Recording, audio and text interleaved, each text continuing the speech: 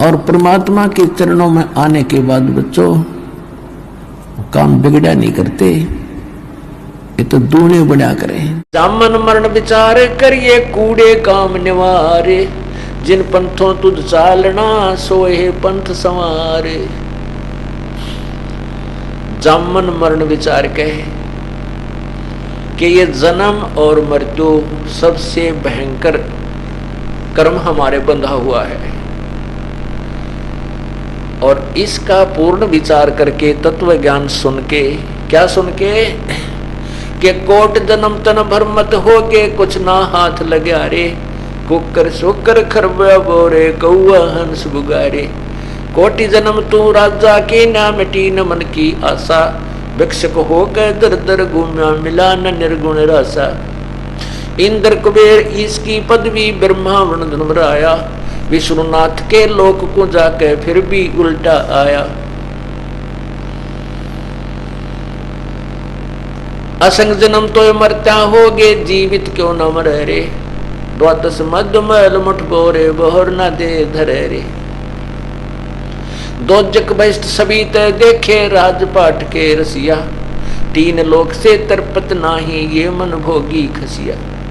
सतगुर मिले तो इच्छा मेटे पद मिल पदे समाना, चल हंसा उस लोक पठाऊं जो आदि अमर अस्थाना।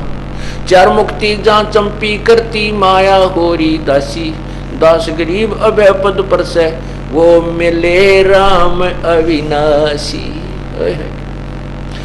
कहते हैं इन जन्म और मृत्यु के झंझट को विचार कर, ये कूड़े काम निवार, ये गंदे कर्म छोड़ दे, ये बदफैल त्याग दे, बीड़ी पीना, शराब पीना, तम्बाकू हुक्का पीना, मांस खाना, चोरी करना, जारी करना, डाके मारना, दो के 20 बनाना, रिश्वत लेना।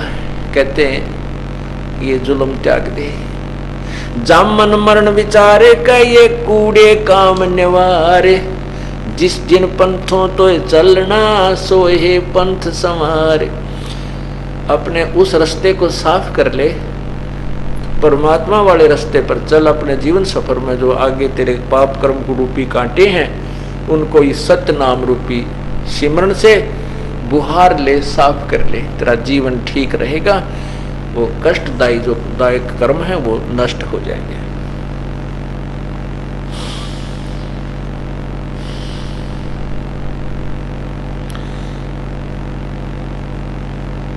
कबीर सुपने रहन के ये उगड़ आए नैन, जीव पड़ा वो भूल में भाई जागे तो लेन न देन। अब तो हम भूल में आंख मीच के लग रहे हैं, ये भी जोड़ लो, रात ने भी कमाई, और टाइम भी कर लो, पता नहीं कित चोरी तय भी, मिलावट तय भी, किसी प्रकार धन हजार नो इकट्ठा करके बैंक बैलेंस बना दो, कोठी जोड़ दो। और जब ये तत्व ज्ञान रूपी डंडोरा आपके कानों में पड़ेगा, आपको जब ये आंख खुलेंगी, आपको ज्ञान होगा, कहते फिर ये तो सपना सा होता है।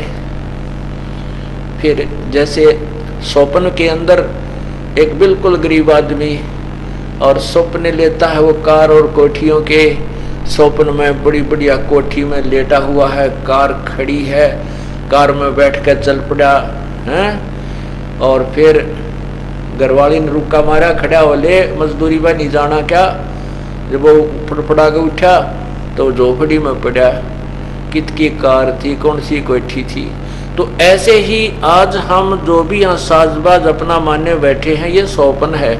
और जब ये स्वप्न जागा टूट उठ के मुंड पकड़ रहा है, ये जीवन समाप्त होते ही ये स्वप्न टूटेगा। और फिर समझ में आओगी रहे कौन बेटा था, कौन बेटी थी, कौन कार थी, कहाँ मेरी कोठी थी। और यम के दूत बाँ पकड़ के ले जान लग रहे, चल मैं बताऊंगा तेरी कोठी कहाँ थी। कहते हैं जागे तो फिर लेन देन कुछ भी को नहीं था। तो पुण्यात्माओं, इस स्वप्न में अब ये एक जीवन का स्वप्न है आपका, 100 वर्ष का है, 60 वर्ष का है, 70 का है, 80 का। यो एक दिन समझो, ये एक रात्रि समझो स्वप्न में हो। और जब ये स्वप्न टूटेगा, ये जीवन समाप्त होगा, तो आपकी वो आँख खुलेंगी। अब कहाँ चलूँ, अब क्या करूँ, मेरा जिसके लिए मैंने सारा जीवन खो दिया वो तो मेरे साथ आया नहीं कोई भी।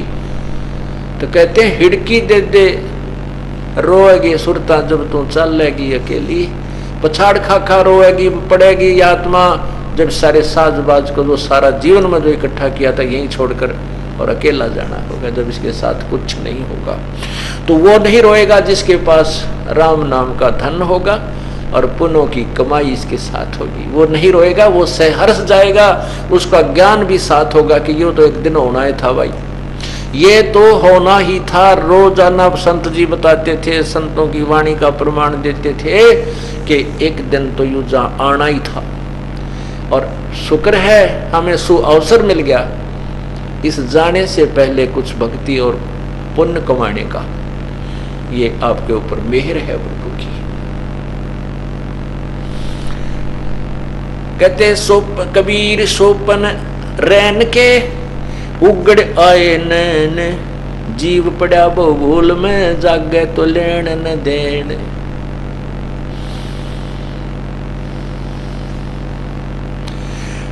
आज के काल के 5 दिन तेरा जंगल होगा वाश, ऊपर ऊपर फिरेंगे ये ढोर चुगंदे घासे। आज नहीं तो कल और ना 10 दिन में 100, यानी कहने का भाव ये है कि एक दिन तेरी मृत्यु होगी और तुझे ये घर बार छोड़ करके जंगल में ले जाएंगे, वहां तेरी काया का शरीर का अंत करेंगे और आपके शरीर की राख के ऊपर घास उगेगा और उस घास को डांगर खाया करेंगे, ढोर खाया करेंगे, ऊपर चरा करेंगे। कहने का भाव यह है कि हम इस शरीर से प्रिय किसी को नहीं मानते, उसके बाद अपने मकान कोठियों को अपना मानते। परमात्मा कहते हैं ये तो जब तक निर्धारित समय है तब तक तेरा है और इससे लाभ उठा जो हम बता रहे हैं। ये देही सोंगी नहीं, ये सस्ती नहीं है, ये महंगी रत्नों मोल, ये सस्ती नहीं है। और यदि इससे परमात्मा की भक्ति पूर्ण नहीं किए, सतभक्ति नहीं की, तो ये देही किसी काम की नहीं है, क्योंकि ये तो हार्ड चाम का पुतला है। और इस मिट्टी से 5 तत्वों के पुतले से हमने जैसे मिट्टी से सोना उगाया जाता है, खेती किसान खेती करता है उस मिट्टी से ही और मालो माल हो जाता है, ऐसे इस मिट्टी से हमने राम नाम का धन या खेती करनी चाहिए। वो ना करके हम बाकी जो कुमत कर रहे हैं और केवल संसारी कार्य में जीवन व्यर्थ कर रहे हैं, इसके लिए परमात्मा की वाणी हमें समझा रही है। परमात्मा कह रहे हैं कि इस जो संसारिक कर्म है इसके साथ साथ भगवान की जो भक्ति वाला कार्य भी अवश्य कीजिए। कहते मरे कबीर मरेंगे मर जावेंगे, नाम न लेगा कोई, उजड़ जा बसेंगे ये छाड़ बसंती लोए। कबीर खेत किसाने का यो मर्गों खाया झाड़, खेत बेचारा के करे यो खसम न करता बाड़। ये 5 मृग काम क्रोध मोह अहंकार रूपी जो मृग हैं, कहते हैं इस शरीर रूपी खेत को बर्बाद कर रहे हैं। और कहते हैं मृग तो खाएंगे भाई, ये प्राणी तो इनको खाएंगे खेत को, यदि धनी उसकी बाढ़ नहीं करेगा, उसकी कोई डिफेंस नहीं करेगा। तो फिर कहते हैं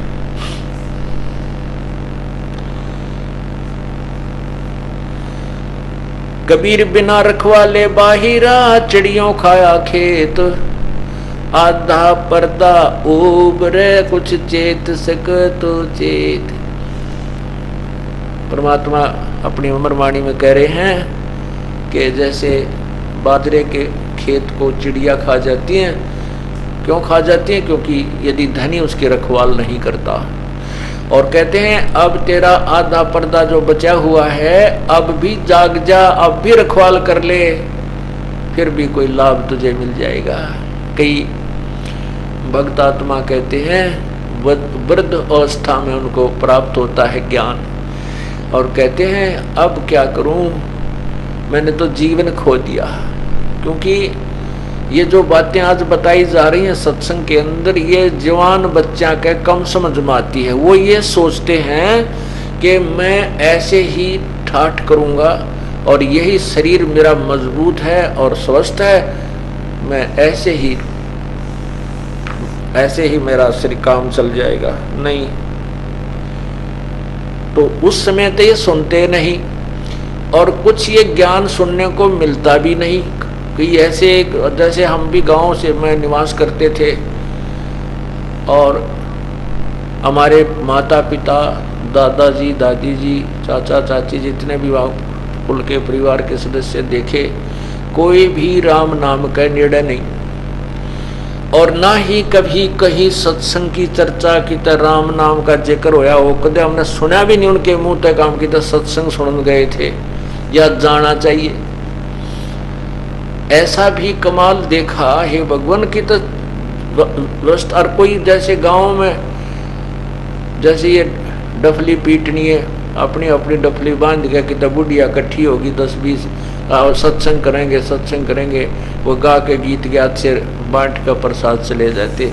उनको वो गांव नगर वाले पसंद नहीं करे थे कि ये तो सारे तक गलत काम करें, रात ने सारी रात भगवान के गीत गावें, कहते इससे ये कोई भक्ति नहीं है। तो जिस कारण से उनको पता नहीं लगता भक्ति का।